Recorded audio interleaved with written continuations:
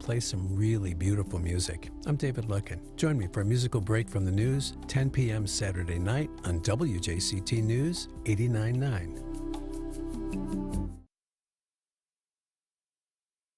This is WJCT News 89.9 in Jacksonville. Ahead in the next 5 minutes, live local news for the First Coast from the WJCT News team.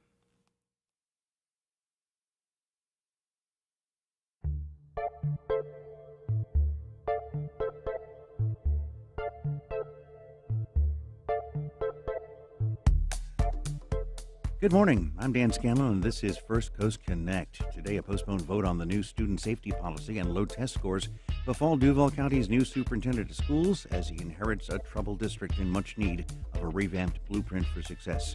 And buckle up, the race to reach zero carbon emissions hits the racetrack as NASCAR debuts a prototype EV stock car. And strength in numbers, local podcasters pool talent to elicit support and fresh ideas. We welcome your calls and questions. You can reach us at 904-549-2937. Email firstcoastconnect@wjct.org. You can also tag us on Facebook, Instagram, or X. It's all ahead this hour after the day's news.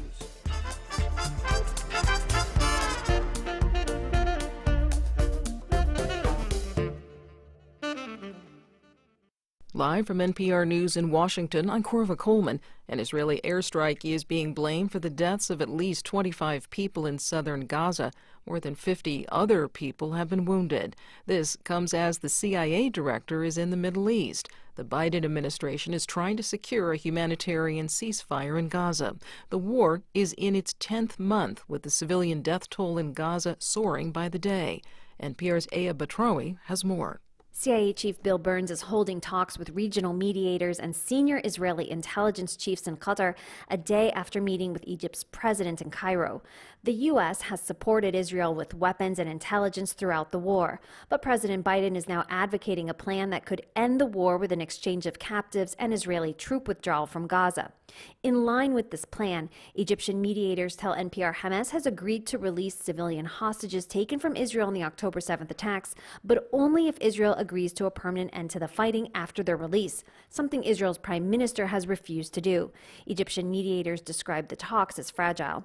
They spoke anonymously to discuss the negotiations. Aya Batrawi, NPR News, Dubai. NATO leaders will hold a working session today at their summit in Washington, D.C. A main focus is on Ukraine. The Western Military Alliance has pledged that it will send dozens of air defense systems to that country. NATO Secretary General Jens Stoltenberg says this is the moment for the military alliance to show its support. The time to stand for freedom and democracy is now. The place is Ukraine. President Biden announced the promise of equipment to Ukraine, including a shipment of Patriot air defense systems. Democrats on Capitol Hill still disagree on whether President Biden is fit to campaign for a second term in light of his poor debate performance recently. NPR's Jung-Yoon Han reports House and Senate Democrats have held 2 closed-door meetings to discuss their concerns. Worries over Biden's candidacy persisted among some Democrats after the meetings. Nearly 10 House Democrats have publicly called on Biden to withdraw as the party's nominee, but Pennsylvania Senator John Fetterman said it's a waste of time to question Biden's bid. He's the only one that's kicked Trump's ass in an election, and it's going to be close, like it always was going to be close, and I believe he's going to win on that. Minnesota Representative Dean Phillips, who ran against the president in the primaries over concerns about Biden's age, said he's disappointed that Democrats did not openly discuss Biden's viability earlier. If this is vindication, vindication has never been so unfulfilling. Senate Majority Leader Chuck Schumer reiterated his support for Biden. Jung-Yoon Han, NPR News. You're listening to NPR. Now 4 minutes after 9, this is WJCT News 89.9 in Jacksonville. The FDA approved a drug earlier this month for people who have early onset Alzheimer's. It may slow brain decline in the disease's initial stages. Veronica Zaragovia reports. The drug is called donanemab. People won't qualify for trying it out unless they get tested and diagnosed early.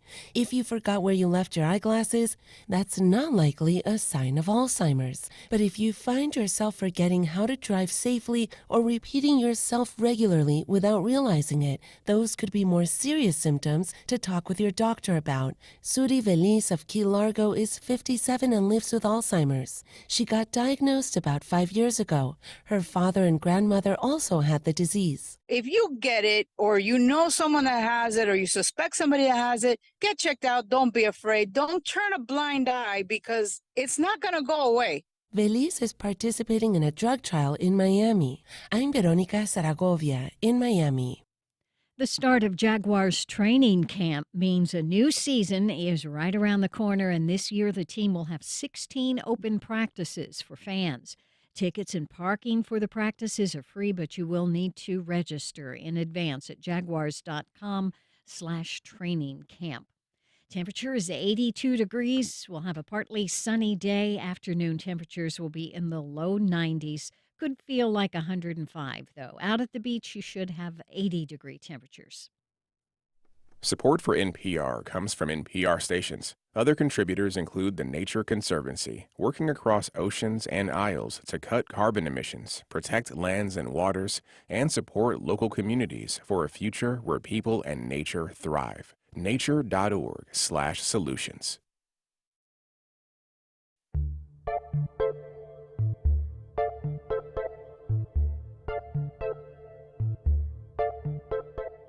Support for First Coast Connect is provided in part by Baptist Health and North Florida TPO. And good morning and welcome to First Coast Connect. I'm Dan Scanlon, sitting in this week for Ann Schindler. Today, school is out for the summer, but the heat is on for many district officials, including the newly hired superintendent, Dr. Christopher Bernier. Later in the program, is the country on track to reach its carbon emissions-free goals by 2035? We'll talk to a local expert about the future of electric vehicles and a bunch of other stuff. But first, Duval County Public Schools has a permanent leader at the helm who is inheriting many issues that have plagued the district. Megan Melicote, education reporter for Jax Today, and person who sits right next to me in the newsroom here, is joining us to discuss some of the challenges that the school district faces. Megan, good morning to you. Good morning, Dan. You know, it's interesting. I've been listening and watching you and the news as to what is happening in the school district. Dr. Bernier was sworn in last week as superintendent and by all accounts has hit the ground running. So let's talk first about what has led up to bringing this man on board, and then what is he doing since the school board officially voted him in, 2 weeks ago? Yes, well, his arrival here in Jacksonville was like the end of a search process that took about a year.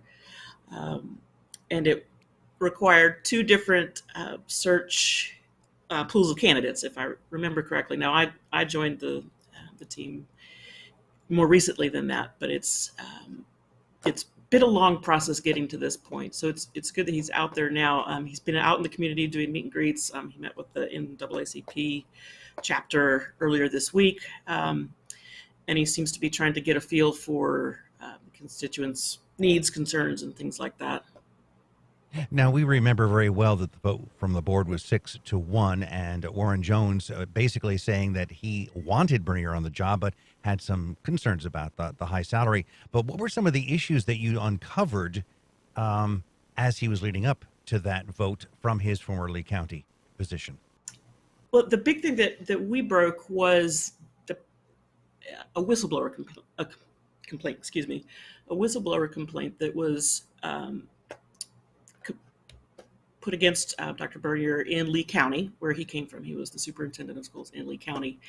And shortly before he left, there was a whistleblower complaint filed against him and it said that he was kind of how to phrase this, that he racially profiled an employee, that he was very gruff and angry and things like that.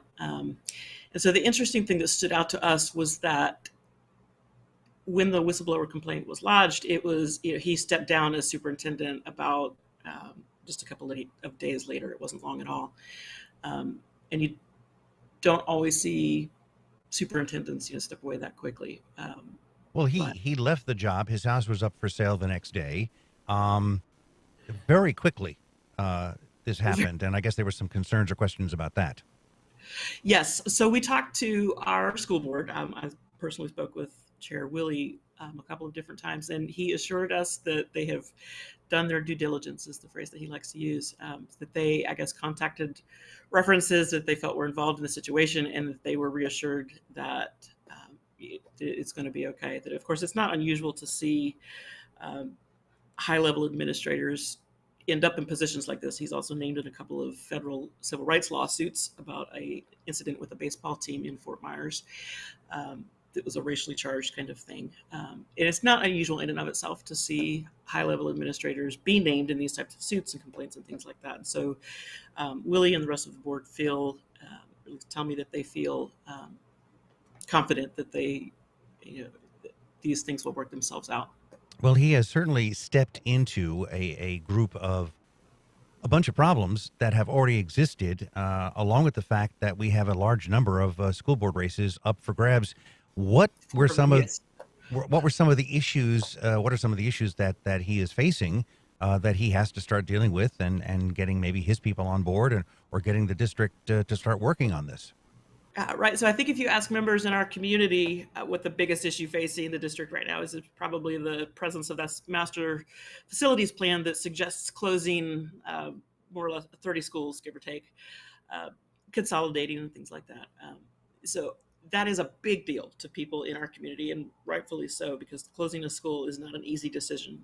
There's reasons why you would do that in some cases, and there's reasons why you would want to keep a neighborhood school open in other cases. And so before Dr. Bernier arrived, the board was in the process of doing a series of community meetings and to hear from each of the 7 districts. And what the question they kept asking was, what makes your school special? Why should we keep your school open? What is it that separates your school from some of the other schools in the district? And so Dr. Bernier actually attended, I think, 3 of those meetings and listened. He just kind of sat in the audience quietly and listened to the public comment portions of people from the community who would get up and again say support for their it was typically elementary schools. So I think that's going to be top on the list of his to-do list, as he gets started here in the coming months.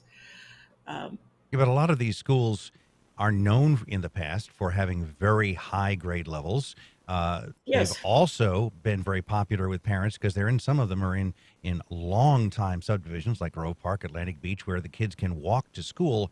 But Right. those again are not the reasons to keep a school anymore. The reasons are, in some of these schools, there's a very low population count, and you have to consolidate because I guess the costs are way too much to operate a school when you've got empty classrooms. Well, that's right, and I think that becomes more of a philosophical question at that point, and how we want to operate schools in the American education system. Right? Is it important to have the neighborhood school that a child can walk to or ride his bike to, but might have 200-300 students, or is it better to operate these schools at a much more cost-effective point where you have maybe 800 students, but they're farther away from communities? They're not maybe the central hub of the community life in that neighborhood. The board is facing those questions now, and I don't think that there's a single right or wrong answer there, because there's certainly points to be made on both sides. There's even the issue. What to do. There's even the issue that some of these schools are in communities that need, or they feel they need, the neighbors feel they need to have a school in their neighborhood, in their community, because that gives it some credibility. Some of the north and northwest sides neighborhoods that might lose these schools, that's a school that has become legendary in that community, and you don't want to lose that identity, I guess. Absolutely. Some of these schools, they date back to the early 1900s. I mean, Duval is a very old school district. It's one of the oldest school districts in the state. And so it's hard to think about shutting down these neighborhood schools, but it's also difficult to see how a school with just a couple of hundred kids can be financially feasible. So it is a very top level concern for Dr. Bernier and the full school board. As there's majority of the board will turn over here in August. Well, let's talk about that. I mean, 4 to 7 seats will be 4 of decided 7 seats, right? during the August 20th primary vote, and the winners take office in November. And that means the potential for a lot of new faces looking at some old problems. So what are some of the Yes, it goals does. that have to be have to be worked on by this old or new or half new school board? Yes, it does. So two of the members, Lori Hershey and Warren Jones, are getting term limited out, so they are not running again. And then Dr. Kelly Coker decided not to run again. So the only incumbent race is the one with Cindy Pearson in District 3. So there will be a lot of new faces. Now, I believe that District 5 has 3 candidates running, so correct me if I'm wrong, but I believe that means that one candidate would either have to get a majority or it would go with the top 2 candidates to the election in November.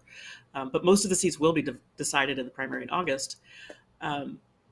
And so it will be interesting to see how that changes the character of the board and the way that they think about these issues. I don't know that there's a way to predict how that will go. If you're just joining us now, we're talking about the summertime break leading up to fall school and all the issues that the school district will have to face. And we're talking about it with our own Jax Today's Megan Malakote, who's been covering a lot of this over the past few months. You can join the conversation live on air by calling 904-549-2937. Email us at firstcoastconnect@wjct.org or reach out on social media. Now, Megan, what are some of the other issues that the school district is going to face, the school board's going to face, either the old, the new, or the mix? Well, another issue is the student safety plan that Dr. Krisnar presented or published kind of on her way out the door a couple of weeks ago.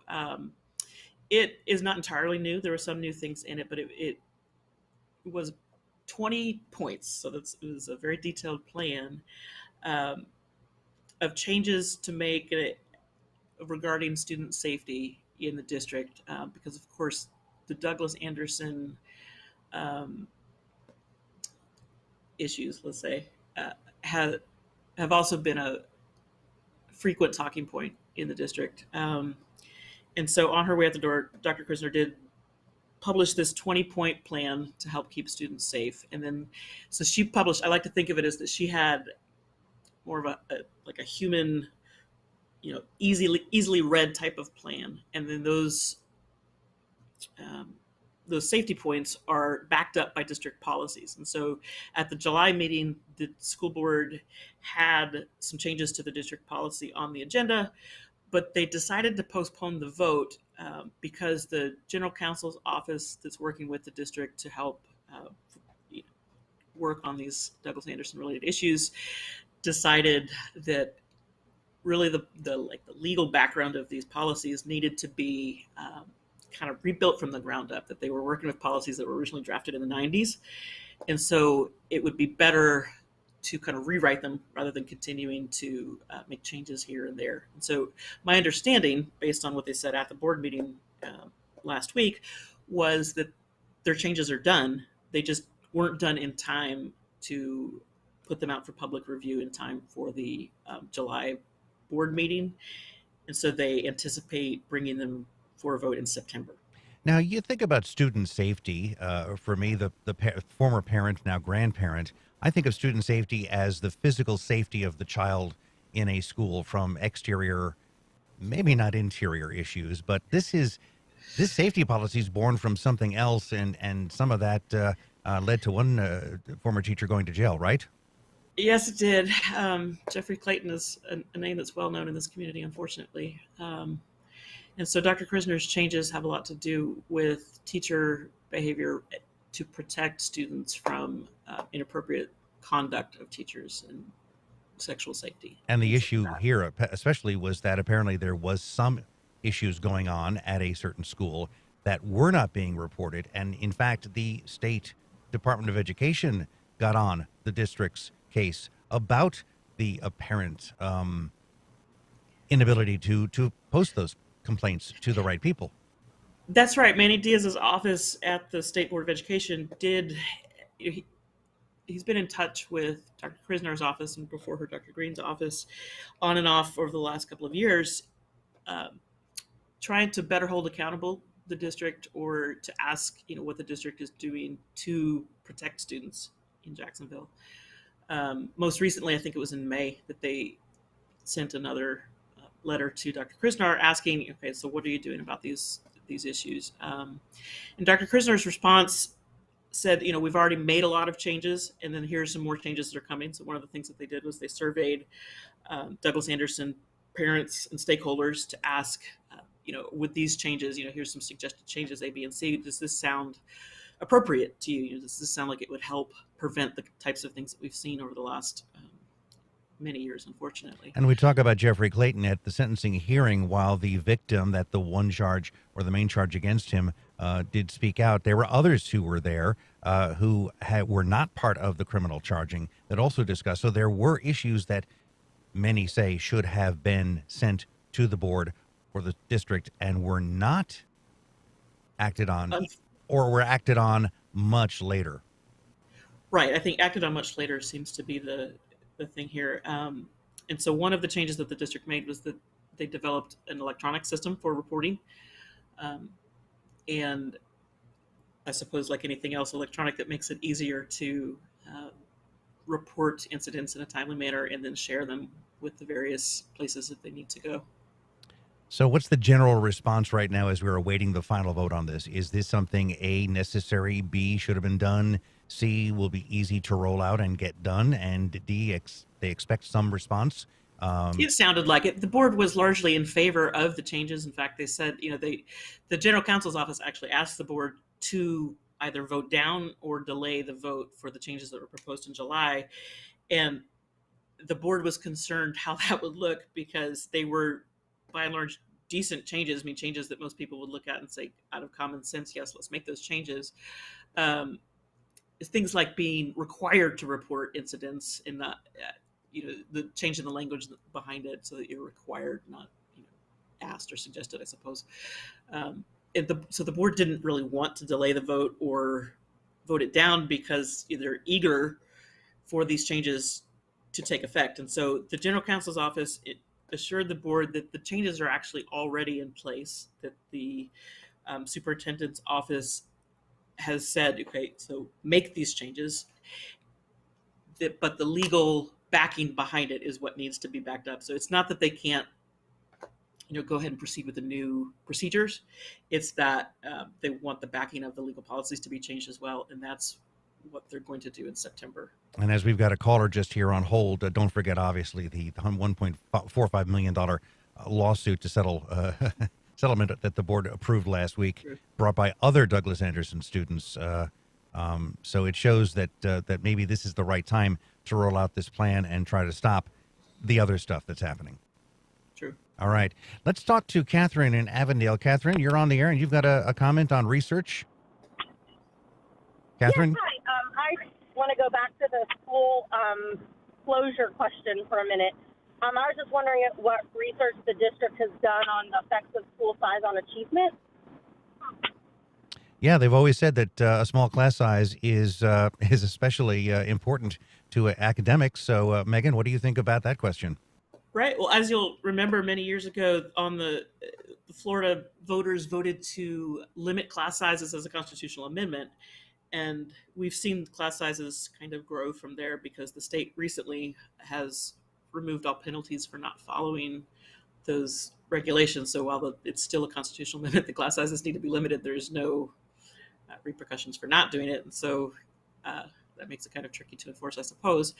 But the district's original master facility plan was based solely on it was made by an outside consultant. They only asked them to look at things like where the districts overlapped, or where school zones overlapped, and where their schools were heavily or had a very low population and things like that. So that's a great question about what research they've done about smaller schools versus larger schools. And I think that gets back to the question that we mentioned earlier, is that it becomes kind of a philosophical thing, that there are certainly benefits to small schools and small classes. You build a sense of community in the neighborhood schools that way. But there's also some fiscal advantages to larger schools, So it will be interesting to see which way the district swings with that. You know, it's interesting too. I'm a longtime reporter, and you're a longtime area resident. St. Johns County was at one time where it actually had to go to double sessions because it was so overcrowded and schools weren't ready yet. And now they're building schools left and right. Their academics on the surface seem to be very good, but I wonder if those class sizes of the Bartram Trail High School double sessions are coming back to haunt them because they had to jam so many people in one building.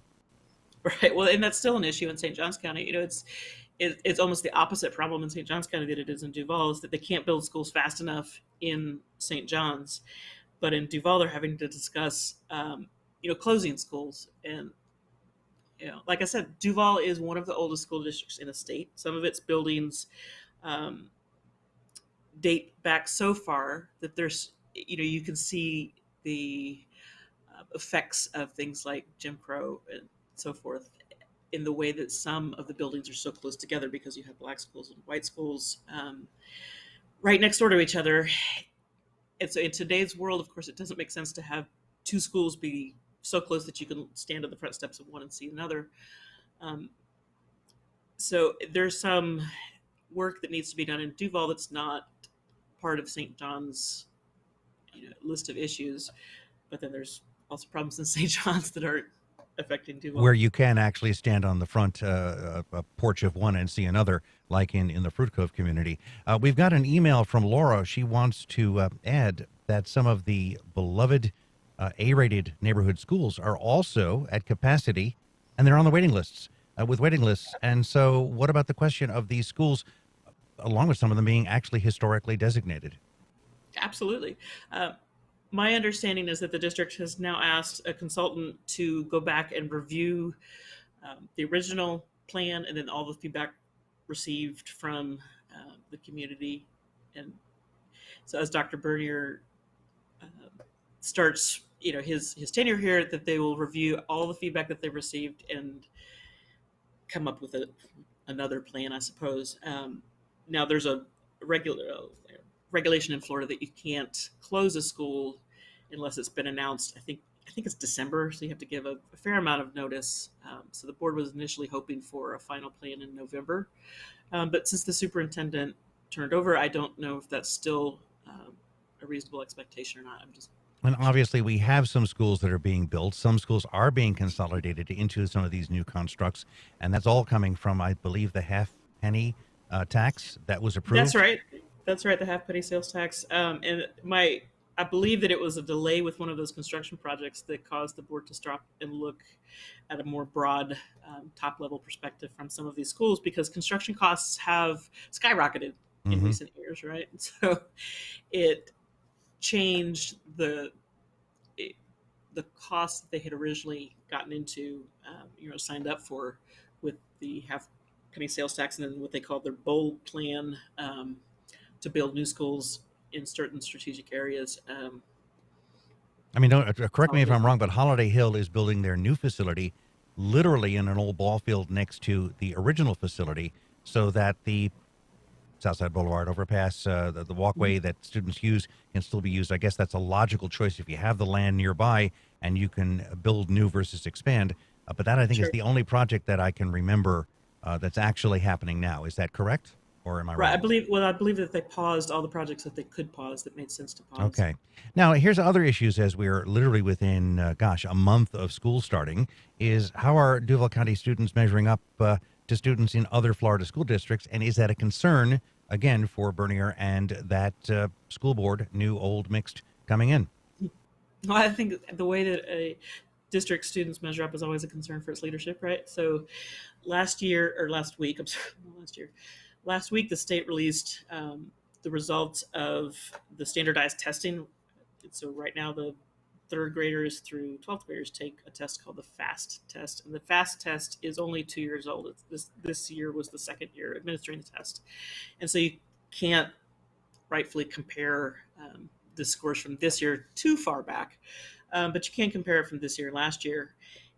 And so Duval's, for instance, in English language arts, scores from 3rd grade to 10th grade. So I'm looking over exact statistics here. They 43% last year and 46% this year are considered to be on grade level or above with language arts topics, which is below the average of the state of Florida. The average in Florida is 53, and our neighboring counties are much higher too. For instance, St. John's that we just mentioned, they're at 72% this year. So I think that that's something that the new superintendent and the board will certainly be looking at. So you mentioned it. We're improving, but we're still not as good as other districts are, I guess. That's right. That's right. So, any progress is good progress, I would say. But there's certainly more opportunity for progress. I think it's important to remember too that the third graders, who were the youngest children taking this test, were in VPK the year that COVID hit. So their entire time in the school system has been marked by the changes that COVID brought. And it will be interesting then too to compare the different grades, and like I said, the test has changed. So there's so many moving parts here that it's hard to compare too many different ways, but it's important to remember the lived experience of these children that as they're taking these tests is that they did not have a normal experience in kindergarten, first grade, and they're probably just now getting back to some sense of normalcy as they then start to take these tests. Oh, I remember the virtual classes for our grandson, and that was extremely difficult for him to focus on. And you and I are talking right now via video links, so it's rather intriguing. First time I've not had a guest in studio. I understand, and I want to look at you on the screen. So, now obviously we are. So what you're saying is it's the first time really that we're looking at a student body that exists in real time in a classroom versus looking at statistics that were back in the COVID era, back in the getting your education via phone line or a video line. And so now maybe Dr. Bernier has everybody where they should be to now study and work on. Every warm body is where they should be, and you can observe how they are in person. Right. So, if you think about when a child learns to read, it's kindergarten, first grade. And so these children were going to school largely virtually or, in a way that was very disrupted. Then, of course, there's lots and lots of other factors going on. And these were problems all across the state. We're not unique in that. But I like to remember that perhaps because I have a child who is in that age range that, when I think about how he started school, it's just so different from how we would have expected a child to start school. Well, we've got a phone call right now from Hank on the north side. And Hank, what's your question? You're on the air.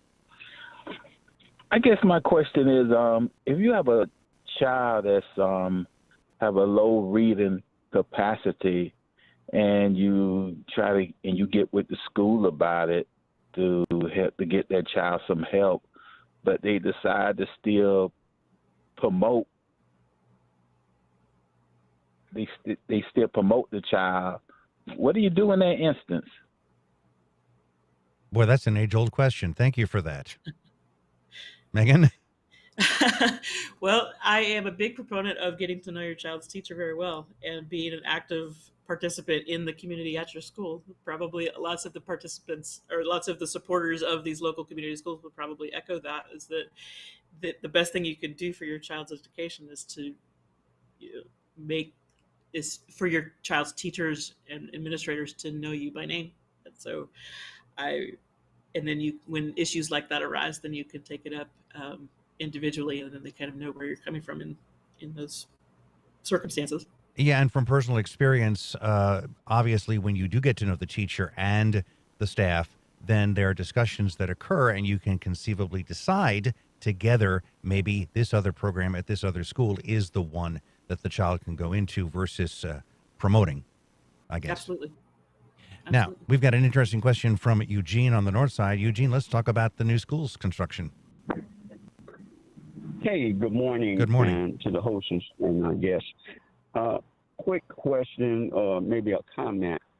I had a chance to visit down south Florida, Miami in particular, and something I noticed they did and are doing, instead of building new schools, what they're doing is they're putting the schools on stilts almost. I mean, it's like the school used to be one story, now it's 3 stories. They basically built it up almost like a high rise. Is that something that's being considered in Jacksonville instead of going out securing new property and going through all the rigmarole of, just starting a new school right across the street from a new school or the old school when they can just build 2 more levels onto the old school and be done? It'd probably be a lot cheaper. All right. Thanks, Eugene. Some of that might have to do with resiliency and the fact that the school is in a flood zone. So let's move it all up. But what about actually adding on to or augmenting? I mean, certainly some of, Megan, the oldest schools in the district, the original school building is the core and office space now. And now they've adding, some of those were portables. Now they're adding buildings next to it. Right. I haven't heard of any discussion to add additional stories onto the buildings, but yes, that is a common thing with the older buildings, that the small portions, and so that they then build out from there. But I think too, some of the consideration is that it's harder to upgrade an old building, right, than it is to build a new one sometimes. And with today's construction prices, they take that into account. Of course, that does not take into account the history and the personality of the old school buildings. And that's what a lot of the supporters of these neighborhood community schools would tell you, is that it's not the same to raise a historic building and build a new one. Yeah, and that was very tough with the decision for a certain Northside High School that is very historic to actually move it to another location and build new because it was necessary. And the alumni who date back 50, 60, 70, 80 years, a little bummed that they're losing their alma mater there. Absolutely. Now, it's interesting. There is an historic high school on the city's west side that had a fire on the top floor back in the 80s. And what the district did was they basically consolidated classes in the gymnasium and auditorium with partitions, cleared out the top structure, and the school is now 1 story shorter using the building. Oh my goodness. Which was intriguing. It was intriguing to actually see that happening. But let's go back to what's the political fallout if you eventually, as a school board, close a school that is historical, that is historically academically high scoring, that is in a neighborhood where power leaders have walked their kids to school and they don't want it to go. I mean, there's signs in many neighborhoods saying "Save our school." And that's just the tip of the iceberg. Right. I think it's hard to predict the political fallout, but certainly you can hypothesize anyway that neighborhoods don't want to lose their community schools. So it will be interesting to track how politics factors into the final decisions, and for whether to close schools, build new schools. That's certainly something that we'll keep an eye on. And when it comes to the safety rules, is there any expected immediate impact? Could some long buried complaints surface in other schools? Could there be a rush to actually file a concern from a parent or another teacher? I mean, I don't know about a rush coming in, but I think that it's always possible that a long buried complaint could come up. I think that happened at Douglas Anderson too, that when the complaints started to surface, that other complaints followed about other staff members. And so, I mean, I don't know that I hope that a rush doesn't happen, because that would be horrible for the students involved. Yes. But in the interest of prioritizing safety, if there are issues that need to arise, then it would be good to resolve them. Well, Megan, here we are early in July and school hasn't even started. You're going to have a very busy next few weeks, and I'm sure I'll hear it all since you sit right next to me. So that's Megan Malakote, our Jax Today education reporter with a lot on her plate. So thank you very much for coming on with us today. A century ago, the auto industry has been driven by 2 constants, a fuel-burning engine and a human driver at the controls. Yeah, if you go back in the history books, steam and electric power seemed promising, but there are many stories of people trying to use the old crank start, breaking a thumb and dying of injuries. So the electric starter came in with Cadillac, and then suddenly the steam cars, the electric cars, no matter how promising and how quick and how easy to operate they were, sort of fell at the wayside. And now we're finding EVs are coming back. And I'll tell you, I do car reviews, and our guest here does his own version of car reviews. So let's talk to the guy who knows all about electric vehicles now and lives right around the corner from me, Bill Bortzfield, the host of a very, very popular online vlog called EV Rider. How you doing, Bill? I'm doing great, Dan. I really appreciate you having me over today. And, of course, it's great to reunite with you because, of course, I used to work at WJCT, and we have a long history together as colleagues over at the Florida Times-Union back in the day. Plus, we're gearheads, and you know what I'm driving before I do because you see it in my driveway. Bill is a gearhead. Bill and I did a lot of fun stuff. We actually did a Pod Rods a blog back in the day at the Times-Union, and he has become a converted EV lover, has 3 EVs, charges them up, and then gets out there and talks to owners of new and old, including the gentleman we see at Caffeine and Octane with a modified Volkswagen Beetle, and has actually, as I do, tested many electric cars and owns a vehicle that has autonomous equipment. And so we share a lot of the same thoughts, but I'm a little bit of a Luddite when it comes to going fully EV. He is a little more converted. So let's talk about the modern evolution of EVs. It started with the Volt? No, it started with... Well, it started with the EV1 that General Motors did way back in the day. With lead-acid batteries, teardrop with shape. lead-acid batteries, and I got to drive that back when I lived in California, and really that was an eye-opening experience in and of itself. But as you know, the real advent of modern-day EVs would be the Tesla Roadster, which was a wonderful sports car and the first electric car to do more than 240 miles, which at the time was saying something. Now, of course, EVs, the opening bid is pretty much 300 miles or more for many of the performance EVs. Yeah, the original Tesla Roadster was a converted Lotus, which was very lightweight, 1,000 pounds. Beautiful car. And very stunningly built. And I'm still waiting for Elon to bring out the promised next Roadster, next sports car. Yes. But as late as 3 weeks ago, I was driving an electric vehicle. I drove the Mustang Mach-E GT, which blew me away with its ability to handle, with its technology level, and its legitimate 250-mile range. And I guess that's my break-even, is you got to give me a gas tank's worth of... Well, that's probably what you got, because I know you, Dan. You're a little heavy on the accelerator. Oh, it's a but GT, man. Yeah, of course. But, you know, its actual EPA-rated range is 280. And as a Mustang Mach-E owner myself, I can tell you with a lighter foot, I either match or exceed Ford EPA/estimated range. So I would expect the same to be true with the Mach-E. Now, here's the thing. I know a lot of folks say, oh, EVs are all about the environment, and certainly that's true, but you brought up the Mach-E GT.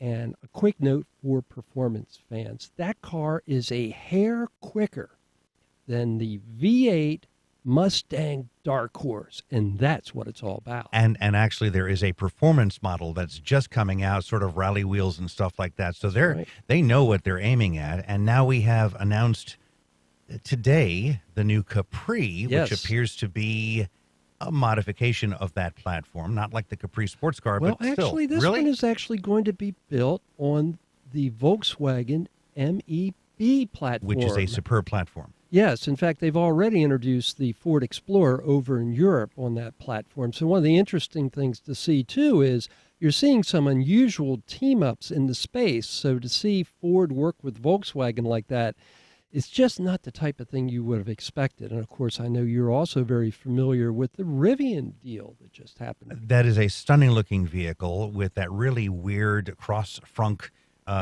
in front on the, I think it's the pickup truck. There's a lot of them in town, and I love them. But you and I share one commonality. We've both driven what I think is the most logical, luxurious, and competent electric out there, the Lucid Air. Yeah, the Lucid Air, I was lucky enough to have for a week to review, and that thing, real world, has right around 400 miles of range per charge. And, of course, I had the absolute base model. Of Rear-wheel course, drive, yep. If you were to get the bigger battery, you can go over 500 miles. But more importantly is the luxury and performance that car has. It is, as you know, it's a stunning looking sedan, and sedans really, gas or electric, fairly rare to see them these days. Well, we've got a call, but I'll ask you this question before we go to Mark on the west side. What are the pluses and minuses right now of owning an EV in Jacksonville? Well, I think there's a lot of pluses. Among the pluses, fuel costs. Fuel costs are so much less with an EV. I'd have to look up JEA's kilowatt rate today to give you an exact number, but roughly it costs me about $12 to fill up my Mach-E at home. So to me, number one is the cost savings. I've got 41,000 miles on my Mach-E. The only expense I've had so far, I've picked up a nail or two, so I've got 2 replacement tires, but of course you get nails and Welcome gasoline. to the club, yeah. Exactly. Other than that, the car's been bulletproof.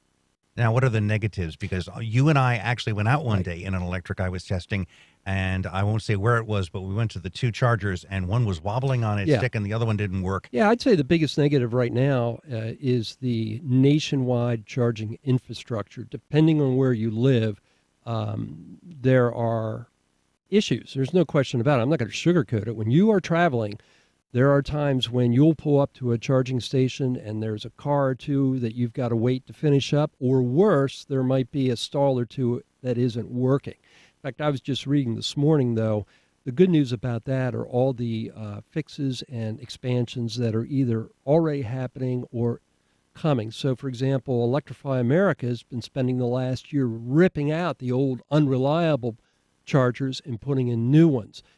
As you well know, a bunch of the major automotive automakers have banded together, and they're rolling out another 30,000 stations. So, and the biggest news is that actually, it may not be stations; it may be stalls. Let me make sure I. Multiple car companies are working with Tesla to get the modification or the adapter so that you can plug into a supercharger. As a matter of fact, I just got my adapter last week. Okay, let's go to Mark on the west side. Mark, you've got a question about electric vehicles.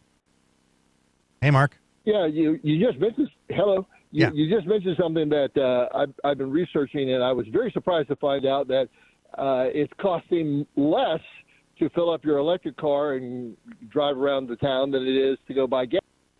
I was at least surprised about that. But my concern is, and I can't get a straight answer on this, but I drive the heck out of my car. So in 2 or 3 years with my Tesla or whatever car I decide to buy, I'll have 300,000 miles on my car, and I'll probably have to replace the batteries. And how much does that cost? I've heard 10,000. I've heard 20,000. It's kind of scary. Yeah, and I could address I could address some of that. First off, every new car comes with a 8-year, 100,000-mile warranty. Now, Mark, if you're doing 300,000 in an automobile, you're obviously the exception to the rule. So, as far as cost goes, one of the reasons it's so hard to figure out what the cost is because there's not many batteries that have gone bad yet. Now, I can give you a real number from real life. We owned a 2008 Prius, and it sat for months and months in a college garage, and at 140,000 miles after sitting so long, the battery went bad. In that case, it was, at the time, would have cost about $2,400, but of course they have smaller batteries than a full EV. You know, Bill, we're going to have to bring you back again to talk more about this. Well, I'll leave you with this note. Over the weekend, NASCAR showed their 1,000 horsepower all-wheel drive electric stock car prototype. So the future is here. Life South Community Blood Centers, providing blood and patient services to the local hospitals, serving patients in this community. Donating blood with Life South helps save lives. More at lifesouth.org to find a blood drive near you. North Florida TPO, proud sponsor of WJCT's First Coast Connect, bringing to the community innovation in transportation planning, commuter services, clean fuels, and intelligent transportation systems. More at northfloridatpo.com. I'm Lisa Mullins. NATO members are meeting in Washington, D.C. to talk about military support for Ukraine and growing strategic competition with China. Also, 3 Republican women senators in South Carolina are voted out of office after stopping a total abortion ban from passing in the state. That's next time on Here and Now. Today at 1 on WJCT News 89.9.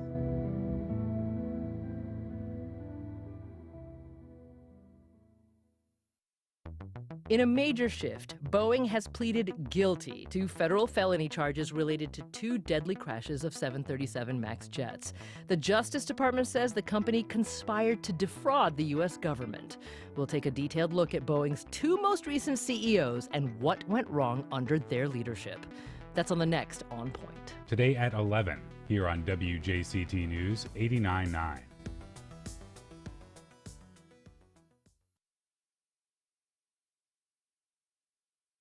World leaders have gathered in the nation's capital this week to mark NATO's 75th anniversary. President Biden says the alliance is the strongest it's been in decades, but his future hangs in the balance with an upcoming news conference that could determine his political fate. How might he and NATO navigate the challenges ahead? That's next time on 1A. Today, starting at 10 on WJCT News 89.9.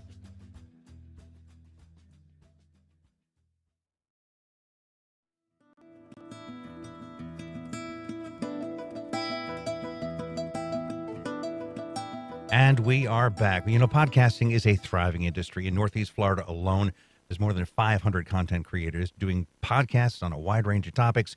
Bill Borchfield, EV writer. But one thing they all have in common, they're members of Jack's Podcasters United, a supportive community for creatives by creatives. So right in front of me now, Badr Milligan, Blythe Brumlev, co-founders of Jack's Podcasters United, or JPU. Sounds like a Jacksonville Power Unit, which it probably is.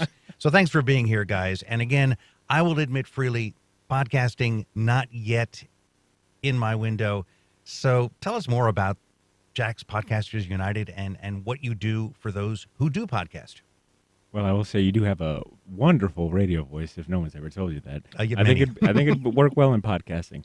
So the Jack's Podcasters United, or JPU as we like to call it, is a networking group.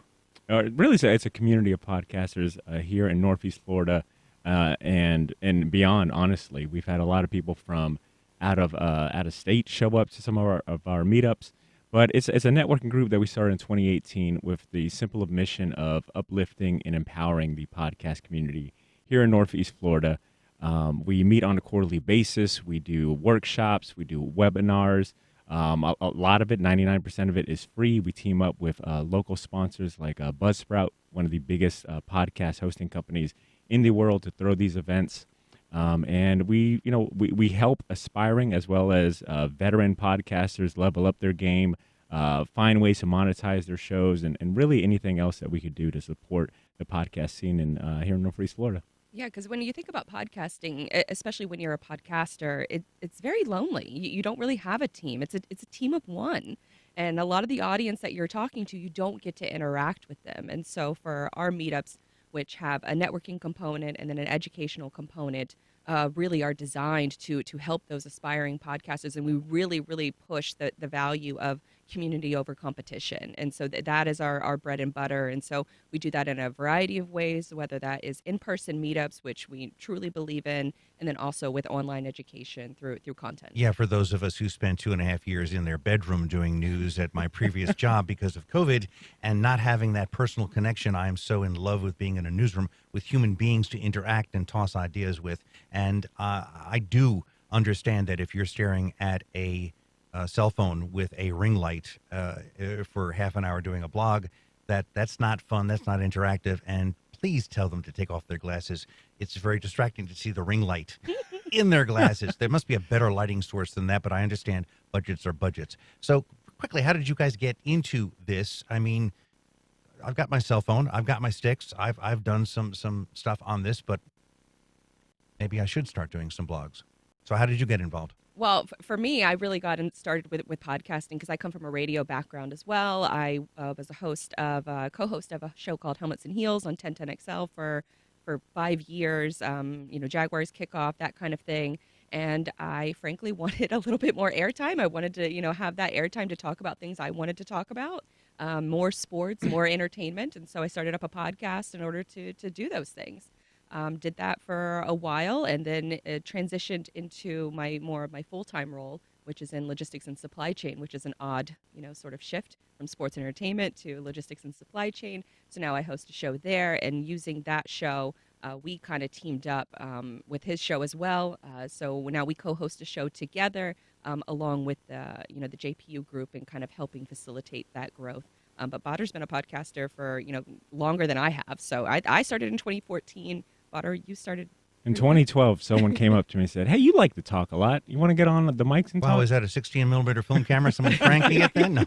No. It's funny. When I started podcasting, it really felt like I was giving a training education every time I met someone and told them, "Oh, I podcast." And they're like, "Oh, what's that? You know that purple icon on your iPhone? Yeah, that's a podcast catcher." But yeah, in 2012, I was working at a comic shop. I had a few friends that I would just, debate about movies, talk about music, and we would stay until the shop closed. And eventually one of our friends started a podcast with a separate group, and the person that owned the equipment for that separate group gave him a chance. His name is Walter Gant.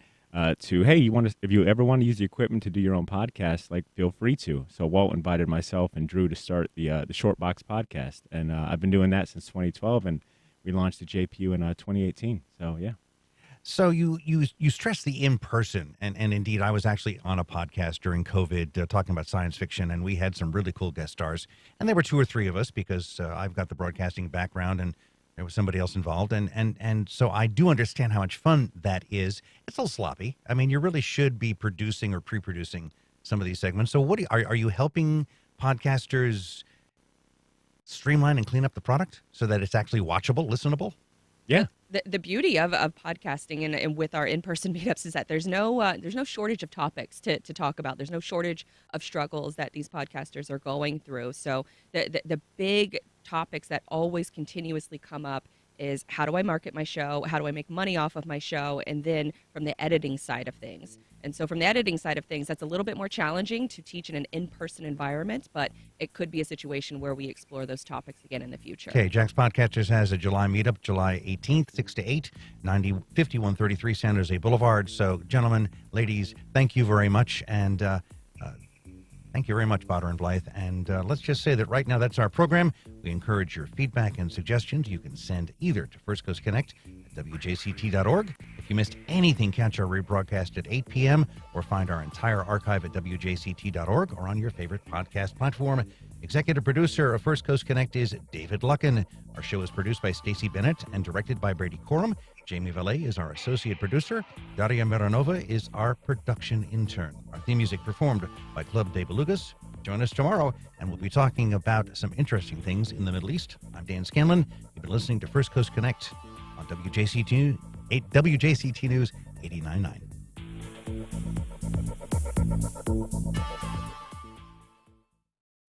Support for First Coast Connect is provided in part by Baptist Health and North Florida TPO. Congaree & Penn, dedicated to agriculture and culinary endeavors, offering field-to-fork dining and outdoor experiences on over 300 acres. Sip, dine, explore. Information at congareeandpenn.com. Baptist Health is a proud supporter of First Coast Connect. Baptist Health, committed to building a healthier community for all of us. More info at 202-4YOU or baptistjacks.com. On the Independent 89.9 HD4, we've got hot new music that should be on anyone's cool summer playlist, including new tunes from indie pop mastermind Clairo, the latest from Maddie Diaz, and summer jams from Baba LaRue. Tune into the Independent and discover something to love.